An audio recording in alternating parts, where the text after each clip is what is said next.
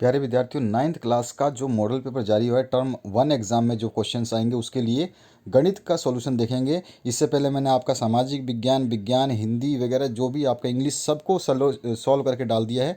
इसी वीडियो के description box में 9th क्लास की प्लेलिस्ट है, उसमें आपको सारे सब्जेक्ट मिलेंगे, सारे सेट मिलेंगे।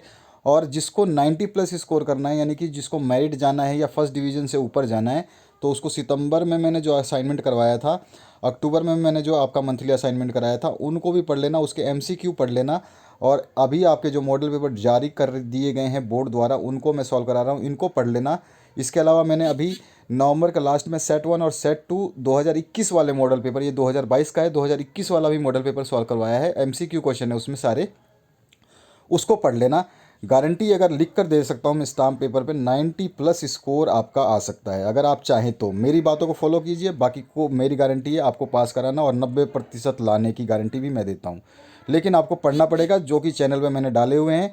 अगर आप 9th क्लास की लिंक में जाकर के सारे वीडियो देखते हैं तो आपको कोई नहीं रोक सकता, कोई भी, चाहे वो बच्चा कितना भी डल हो, अगर इन सभी पेपर्स को पढ़ लेता है बढ़िया तरीके से, कोई दिक्कत नहीं होगी। पहले क्वेश्चन से स्टार्ट करते हैं। पहला क्वेश्चन पूछा गया आपसे, निम्नलिखित में से कौन परिमेय संख्या है? तो आपको मैं बता दूं, ये आपका मैथमेटिक्स का जो सॉल्यूशन सेट 1 का देख रहे हैं, ये आपको ध्यान रखना है, 9th क्लास का है, ठीक है। तो यहाँ पे पहला जो क्वेश्चन पूछा गया है, निम्नलिखित में से कौन सी परिमेय संख्या है? तो इसमें 3 जो है परिमेय संख्या है। 2 परिमेय संख्याओं का गुणनफल हमेशा जो है परिमेय संख्या ही आएगा, ठीक है। इसके बाद आते हैं, जीरो किस प्रकार की संख्या है? तो जीरो जो है आपका एक परिमेय संख्या है, जीरो को हम 0/1 लिख सकते हैं, ठीक है। नेक्स्ट जो है क्वेश्चन चौथा, प्रत्येक परिमेय संख्या जो है वास्तविक संख्या हो सकती है, ठीक है। ए डी ऑप्शन करेक्ट है। इसके बाद पांचवा जो क्वेश्चन है, इसमें क्या पूछा गया है, 3 तथा 4 के बीच निम्न में से कौन सी परिमेय संख्या है? तो 3 और 4 के बीच में आपको परिमेय संख्या निकालना है। तो 3 और 4 के बीच में जब आप परिमेय संख्या निकालेंगे तो आपको आ जाएगा 3/10। ये वाला ऑप्शन आपका सही होगा, 3/10 जो है इसका राइट ऑप्शन होगा। 3 और 4 के बीच में निकालना है, तो 3 + 4 करके हम 2 से डिवाइड कर देंगे तो ये आपका कितना आ जाएगा, 4 और 3 7/2 आ गया, ठीक है। 7/2 तो इसके बीच का एक संख्या हो गई। और इसके अलावा आप 3 और 4 और 4 और 3/3 और 7/2 के बीच का निकाल लो, तो 3 और 7/2 का, तो इसका एलसीएम 2 आ जाएगा। इसी तरह से आप निकालोगे तो 10/3 आ जाएगा। इसके बाद क्वेश्चन नंबर 6 है, यदि 64 की घात x है बराबर 8, तो आपको बताना है कि इसका जो वैल्यू होगी x की वो क्या होगी। तो 64 की घात x लिख रखी है, तो 64 की घात x का मतलब हो गया, 64 के गुणनखंड करेंगे तो 2 की घात 8 आ जाएगी, है ना। और इधर 8 का जो गुणनखंड करेंगे तो 2 की घात यहाँ पे 3 आ जाएगी। इस तरह से 8 आएगी या 6 आएगी, देखो 2 दूनी 4 दूनी 8 दूनी 16 दूनी 32 दूनी 64, 2 दूनी 4 दूनी 8 दूनी 16 दूनी 32 दूनी 64। तो ये हो गया आपका 3 और 3 6, यानी कि 6 घात आ गई। 2 की घात 6 बराबर 2 की घात 3 आ गई, ठीक है। तो यहाँ पर जो है, यहाँ पर इसको आपको x का मान पूछा गया है। ये हमने क्या लिखा है, ये आपका x की वैल्यू यहाँ पर 2 की घात, मैं यहाँ पर लिख देता हूँ दोबारा, देखो यहाँ पर आप इसको लिख सकते हैं, 2 की घात 6 की घात x बराबर 2 की घात 2 दूनी 4 2 3 6, तो 3, ठीक है। इस तरह से आ गया। अब दोनों की घात बराबर है तो x की वैल्यू आ जाएगी 3/6, 3 एकम 3, 3 दूनी 6, तो यहाँ पे 1/2 जो है ये ऑप्शन करेक्ट हो जाएगा, ठीक है। इसमें से कौन सा चर वाला बहुपद है? तो यहाँ पर एक चर वाला बहुपद जो है आपको बताना है, तो एक ही चर होना चाहिए उसमें। तो देखिए यहाँ पे x और y है, x और y है, इसमें चर है ही नहीं, इसमें आपका एक चर है x, ठीक है ना, सभी में x है, तो यहाँ पर ये एक चर बहुपद है, तो बी ऑप्शन करेक्ट हो जाएगा। बहुपद 2x + 6 का शून्यांक आपको निकालना है। तो 2x + 6 बराबर 0 हो गया, तो 2x बराबर क्या हो जाएगा, -6, और x बराबर क्या हो जाएगा, -6/2, 2 एकम 2 2 तिहाई 6, तो -3 आ गया, ठीक है। तो यहाँ पे जो हमारा आंसर क्या आ जाएगा, बी ऑप्शन -3। इसके बाद है आपका नेक्स्ट जो क्वेश्चन, इसमें पूछा गया बहुपद x की घात 4 -x² -5 का घात जो है आपको बताना है। तो सबसे बड़ी घात जो है होती है, और हम उसी को मानते हैं, तो x की पावर 4 है, तो डी ऑप्शन करेक्ट हो जाएगा। 10वां क्वेश्चन है, यदि px बराबर x - 1 है तो p0 का मान कितना होगा? तो यहाँ पर ऑब्वियस सी बात है, यहाँ पर x -1 है, तो यहाँ पर जो है आपका इसका मान कितना हो गया, p0 का पोलिनोमियल x 0 रख देंगे ना, तो x की जगह 0 रखोगे तो यहाँ पे क्या आ रहा है, -1, तो -1 आंसर आ जाएगा, क्योंकि यहाँ पे p0 यानी x की जगह क्या बोल रहा है, 0 रख दो। इसके बाद आते हैं हम नेक्स्ट क्वेश्चन की तरफ। दोबारा बता दूं तो देखो पी एक्स है और यहाँ पे बोला पी जीरो की बात, तो एक्स की जगह क्या रख दोगे जीरो, तो पी जीरो बराबर क्या हो जाएगा एक्स माइनस वन, ठीक है ना। तो यहाँ पर एक्स की वैल्यू क्या आ जाएगी माइनस वन, तो ये आपका आंसर हो गया। अब आते हैं हम नेक्स्ट क्वेश्चन की तरफ। यहाँ पर 11वां जो क्वेश्चन है इसमें पूछा गया है दो x cube minus 5x² minus x plus 3 में एक्स स्क्वायर का गुणांक बताना है। एक्स स्क्वायर किसके साथ है -5 के साथ है, तो इसका बी ऑप्शन करेक्ट हो जाएगा -5। 12वां क्वेश्चन है यदि किसी बहुपद पी एक्स बराबर एक्स की घात 31 प्लस 1 तो एक्स माइनस वन की 1 से विभाजित किया जाता है तो क्या आएगा, तो इसको आप विभाजित करके देख लेना, इसका आंसर आएगा डी 2, यानी कि 2 आंसर आएगा। अगर आप चाहते हैं कि इसका मैं सॉल्यूशन जैसे मैंने मॉडल पेपर 2021 का बोर्ड पे करवाया था, अगर आप ऐसा चाहते हैं तो कमेंट सेक्शन में कमेंट कर देना, मैं बोर्ड पे भी सॉल्व करा दूंगा। निम्न में से कौन सा बहुपद द्विपद है, तो द्विपद यानी कि जो आपका दो पदों में हो, तो आपका देखिए यहाँ पर दो पद कौन सा है, तो ये भी दो पद नहीं है, ये एक पद है, ये 3 पद है, ये 2 पद है, तो सी ऑप्शन करेक्ट हो जाएगा।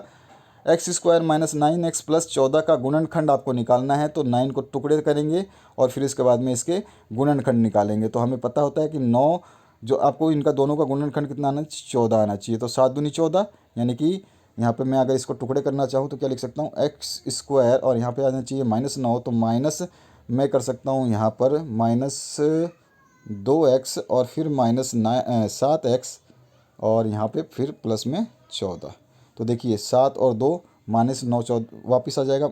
इन दोनों का जोड़ कितना होगा -2 है यहाँ पर और -7 है, -2 और -7 कितना होता है -9 आ गया वापस।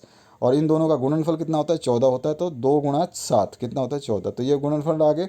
अब इसमें से एक तो 7 आ गया, एक 2 आ गया, तो ये बी ऑप्शन करेक्ट हो जाएगा। इसको सॉल्व करेंगे आगे। तो आगे बढ़ते हैं नेक्स्ट क्वेश्चन की तरफ। इसमें क्या पूछा गया, आकृति देखकर निम्न प्रश्नों के उत्तर देने हैं। ये आकृति है आपके सामने है, इसमें सारे कोऑर्डिनेट्स बता रखे हैं, लाइन खींच रखी है, ग्राफ दे रखा है, सीधी सी बात है। तो बिंदु बी का निर्देशांक जो है आपको बताना है, तो इसमें बिंदु बी को आपको देखना है। बिंदु बी आपका ये है और इसके निर्देशांक जो है एक्स में -5 है और वाई में 2 है, तो ये वाला देखेंगे हम। तो एक्स जो है -5 और वाई में 2 है, सी ऑप्शन करेक्ट हो जाएगा।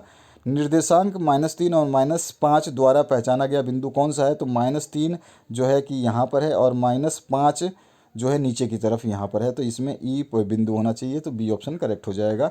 इसके बाद में डी का भुज है, डी का भुज, डी कहाँ है आप देखिए, डी ये रहा डी और इसका भुज है 6 और कोटि पूछता है तो कितना होता है 2, ठीक है। इसके बाद में बिंदु एच की कोटि है, तो बिंदु एच देखते हैं, उसकी कोटि वाई पे मिलेगी। बिंदु एच जो है ये रहा, इसकी कोटि कितनी है -3, तो इसकी जो है आंसर आ जाएगा -3, ठीक है, बी ऑप्शन करेक्ट हो जाएगा। अब आगे बढ़ते हैं।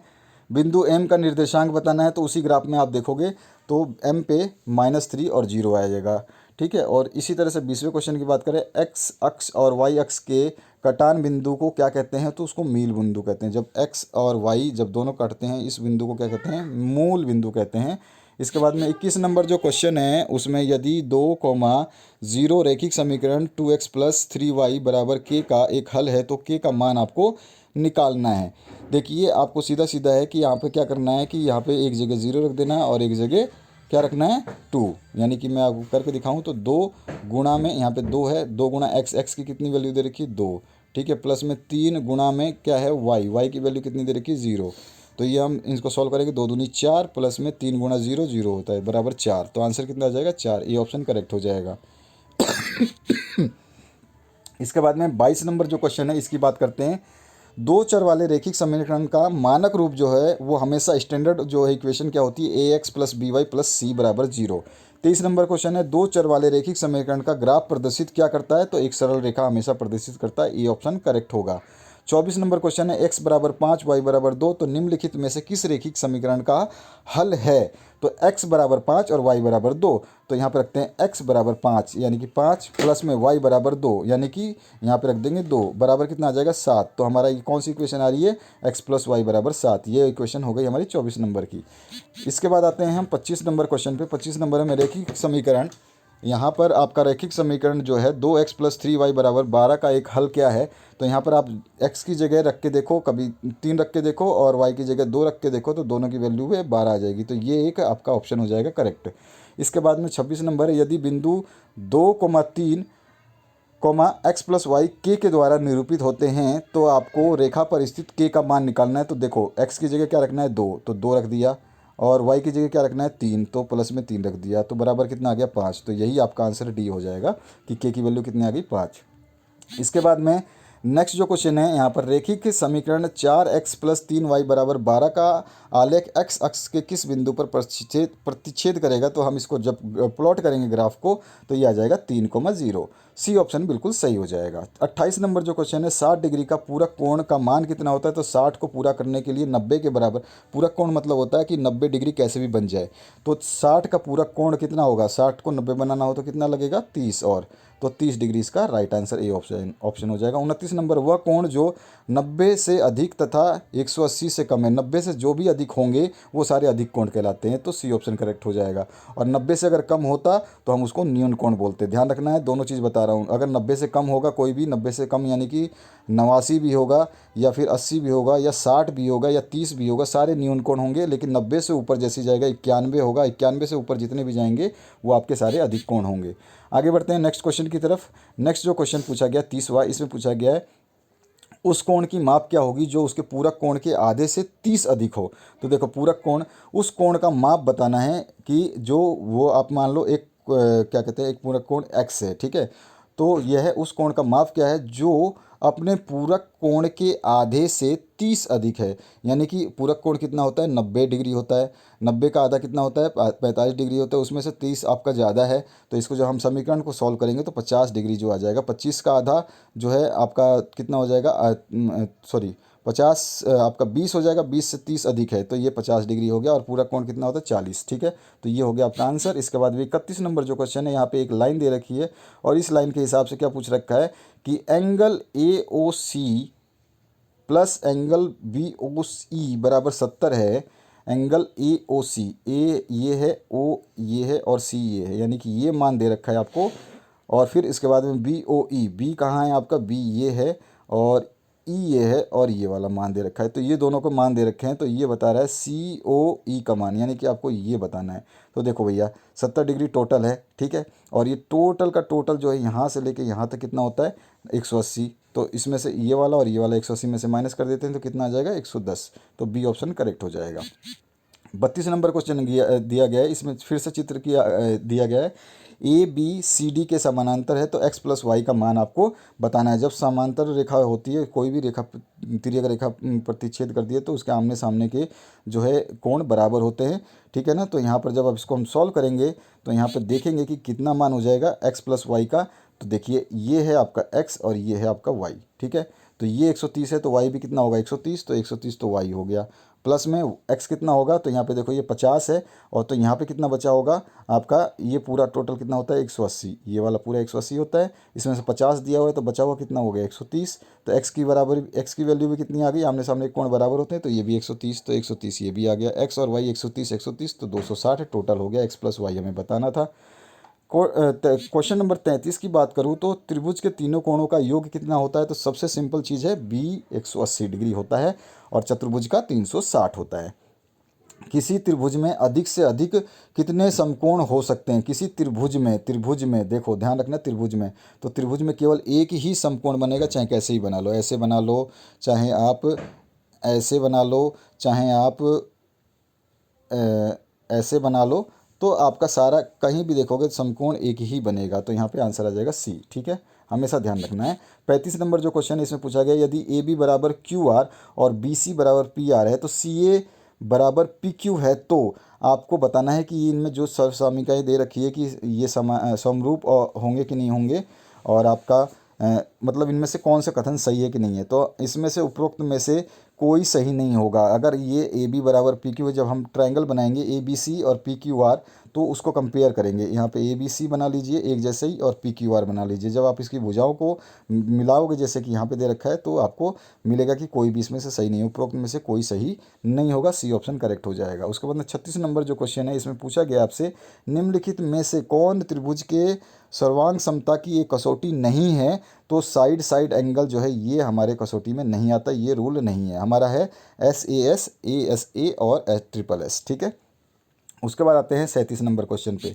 याद रखना, आप कमेंट सेक्शन में कमेंट कर सकते हैं अगर आपको चाहिए ब्लैक बोर्ड पे सभी सॉल्यूशंस, तो हम ब्लैक बोर्ड पे बना देंगे। पहले मैं आपको सॉल्यूशंस दे देता हूँ, जो बच्चे इसको पढ़ सकते हैं और जो खुद कर सकते हैं उनके लिए आसान हो जाएगा, और जो बच्चे नहीं कर सकते वो मेरे को कमेंट कर देंगे, मैं इसको ब्लैक बोर्ड पर, जैसे मैंने आपका सेट 1 और सेट 2 2021 वाला सॉल्व कराया था ब्लैक बोर्ड पे, वैसे ही करा दूंगा। 37 नंबर जो क्वेश्चन है, इसमें पूछा गया दो त्रिभुज सर्वांग सम होते हैं यदि इन त्रिभुजों के दोनों दो कोनों के युग्म कोनों या कोणों के युग्म बराबर हों तथा वह भुजा जिस पर कोण दोनों कोण बन रहे हैं बराबर हो तो किस प्रकार का सर्वांग सम होगा। देखो यहाँ पर जो है एक एंगल की बात हो रही है और यहाँ पर जो है भुजाओं की बात हो रही है, तो यहाँ पे कौन सा आ जाएगा, side angle side, C option correct हो जाएगा। ठीक है, इसके बाद आते हैं हम 38 नंबर क्वेश्चन पे। समबाहु त्रिभुज का प्रत्येक कोण कितना होता है, तो समबाहु यानी कि सारी भुजाएं बराबर, और सारी भुजाएं बराबर होगी तो हर डिग्री कोण कितना होगा, 60 डिग्री का, तो ये ऑप्शन करेक्ट हो जाएगा। 39 नंबर है, यदि एक त्रिभुज की तीनों भुजाएं दूसरे त्रिभुज की तीनों भुजाओं के बराबर है, तो जब भुजाएं बराबर होती है तो हमारे सारे के सारे साइड्स बराबर हो जाएंगे, यानी कि एस एस एस नियम लग जाएगा, साइड साइड साइड नियम से, ए ऑप्शन करेक्ट हो जाएगा। तो दोनों त्रिभुज सर्वांग सम होंगे एस एस एस नियम से। उसके बाद 40 नंबर जो क्वेश्चन है इसकी बात करते हैं। तो 40 नंबर जो अंतिम क्वेश्चन है इस क्वेश्चन पेपर का, इसमें आकृति में त्रिभुज बी ओ सी तथा त्रिभुज ए ओ डी सर्वांग समता के किस नियम से सर्वांग सम होंगे। तो ये वाला त्रिभुज और ये वाले त्रिभुज दोनों में 90 डिग्री का एंगल बना हुआ है, आप देख सकते हैं। तो इसमें आर एच एस है, यानी कि राइट जो है आर एच एस वाला नियम लग जाएगा। ठीक है, तो ये वाला आपको बिल्कुल सही करना है, सी ऑप्शन। तो यहाँ पर क्योंकि जब आपको 90 डिग्री दिया जाता है तो आर एच एस रूल रखता है, तो आर एच एस रूल हमारा कौन सा है, यहाँ पर सी वाला ऑप्शन है। ठीक है, तो ये हमारा सर्वांग सम होगा इसके अनुसार। तो आशा करता हूँ 40 के 40 क्वेश्चन के आंसर्स आपको समझ में आए होंगे। अगर आपको कोई भी डाउट है तो कमेंट सेक्शन में कमेंट करिए। प्लेलिस्ट ज़रूर घूम लेना, प्लेलिस्ट में आपको मिलेगा Hindi, English, SST, science, Sanskrit, इसके बाद में आपका हिंदी। ठीक है, ये सारे क्वेश्चन पेपर और मैथ भी, ये सारे क्वेश्चन पेपर सॉल्व किए जा रहे हैं, सारे के सारे आपको डिस्क्रिप्शन बॉक्स में मिलेंगे। डिस्क्रिप्शन में जाइए, देखिए अपनी अपनी प्लेलिस्ट को, और सारे के सारे जो आप वीडियो हैं उनको देखने के बाद बढ़िया तैयार कर सकते हैं। मैंने बताया था सितंबर अक्टूबर के जो असाइनमेंट मैंने महीने के सॉल्व कराए हैं उसको पढ़ लेना, 90+ स्कोर आपका 100% आ जाएगा। आपको टेंशन लेने की बिल्कुल भी ज़रूरत नहीं है। और साथ ही साथ अपने दोस्तों के साथ शेयर कर देना सारे वीडियोस को या चैनल लिंक को, और चैनल पे अगर आप नए हैं तो सब्सक्राइब करके घंटी का बटन दबा देना, जो भी वीडियो डालूँ उसकी नोटिफिकेशन आप तक पहुंचती रहे। Thank you very much, have a good day.